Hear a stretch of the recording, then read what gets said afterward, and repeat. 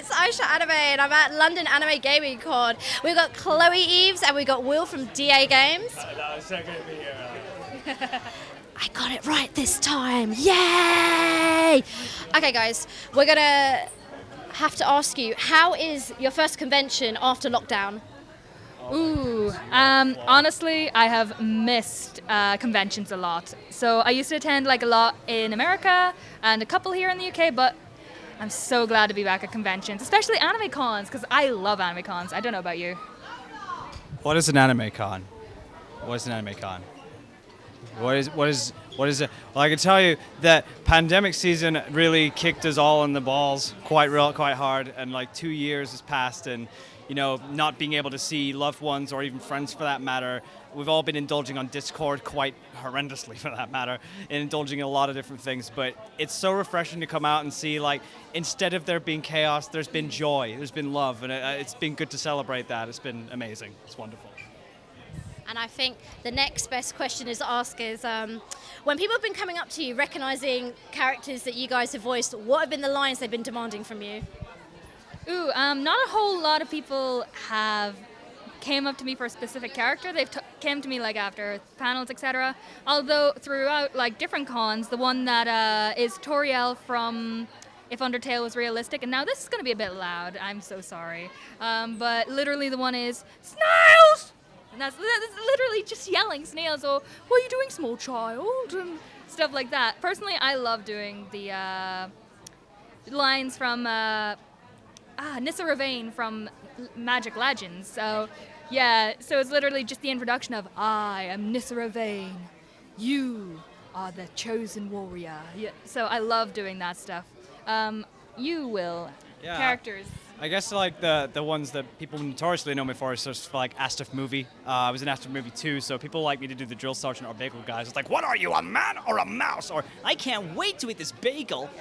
But oftentimes there's like If Undertale Was Realistic that came up, I was Sans, so a lot of people, with Sans it's quite funny because they don't ask for a specific line. They'll give me a line that they like, but normally they come back as just anything. It's like, smash, mate. It's just anything that comes out of my goofy mouth, and then it just happens to regurgitate all over the table, and nobody's cleaning that up except for me. I have to do it. I don't get paid for it though, so it's all good. And since it's a really popular question where people are like, oh, it's really hard to get work within gaming or voice acting, animation, unless you're in the heart of it, if you're in America, how would you guys like to deflect that comment with your successes? Honestly, I've been able to book video games and all since I was 15, which has been 9 years, so there's always an opportunity online to do voice acting. Now, in terms of doing it for the bigger leagues and all like that, yes, there's always going to be priority in being in like LA and in New York and Texas, and there's always going to have that. But thanks to remote recording now, it's a lot more widespread. So you're getting a lot more online opportunities. So the big one is if you're starting out, Casting Call Club, Voice Acting Alliance or Voice Acting Club, and then Twitter. Twitter's the big one.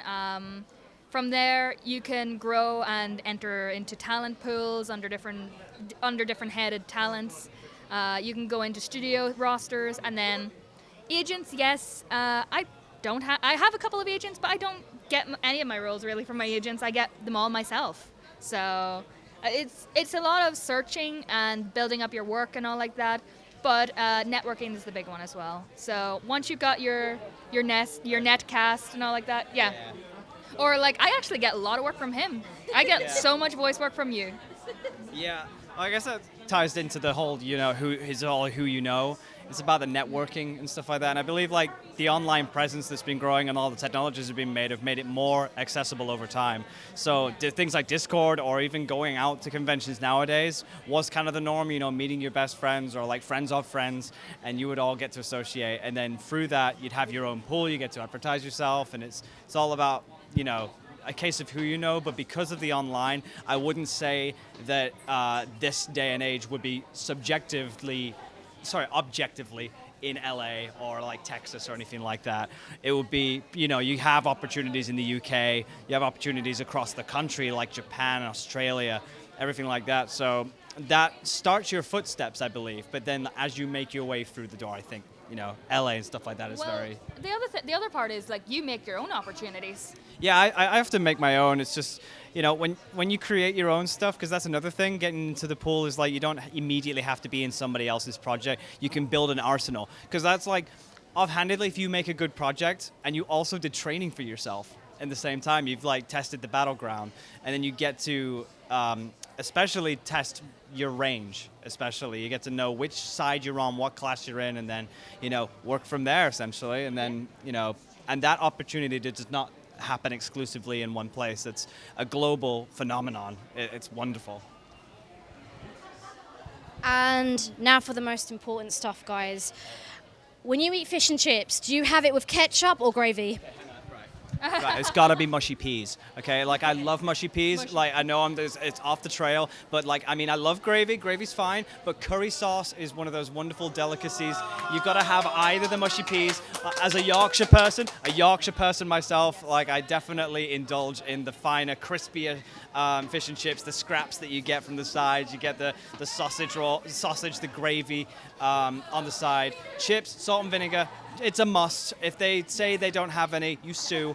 But you go get mushy peas, curry sauce all the way. That is the only way that I will tolerate it, and that is the only bias I've ever had in my entire life.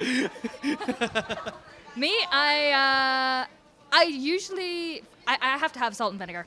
Have to have it. See, when I'm in America, they don't do vinegar. They don't do vinegar. Yeah, like I remember I was at a con once, and like they brought me out this amazing like burger with fries and like that, because they call it fries over there all the time. And I was like, I need vinegar for such glorious fries. And I'm like, hey, do you have vinegar? They hand me out like it's not the malt vinegar we have in the UK, and I was so disappointed. I was so disappointed. Another one is, but like, I can have with ketchup at times. It really depends on my mood, because gravy sometimes, but curry sauce is a big one for me. I will have chips with curry sauce and cheese. Curry sauce and cheese. Hashtag stand by curry sauce. Stand by curry sauce. Yes. It's gonna happen. Yes, like curry sauce, cheese. Someone I knew used to have it with curry sauce, cheese, and then they'd put coleslaw on it. I'm like, no. Yeah, they put coleslaw on the top. No. Just put me off this subject now. Yeah, no. It was just no. No. So we normally have a debate with North versus South, and us Southerners, we love a bit of ketchup on, but up North, they're like, no, we just have it plain. I'm like, not even salt and vinegar? And they're like, no, not really. And I'm like, not even curry sauce? And they're like, maybe gravy. And I'm like, what? Dry? As a Northerner, how do you... Yeah, how do you feel about this? Unacceptable. We worked out coal mine for too long. Worked down to coal mine for 48 hours today. And I'm not having it. I've had enough. I'm off to Blackpool to cry on the Pepsi Max.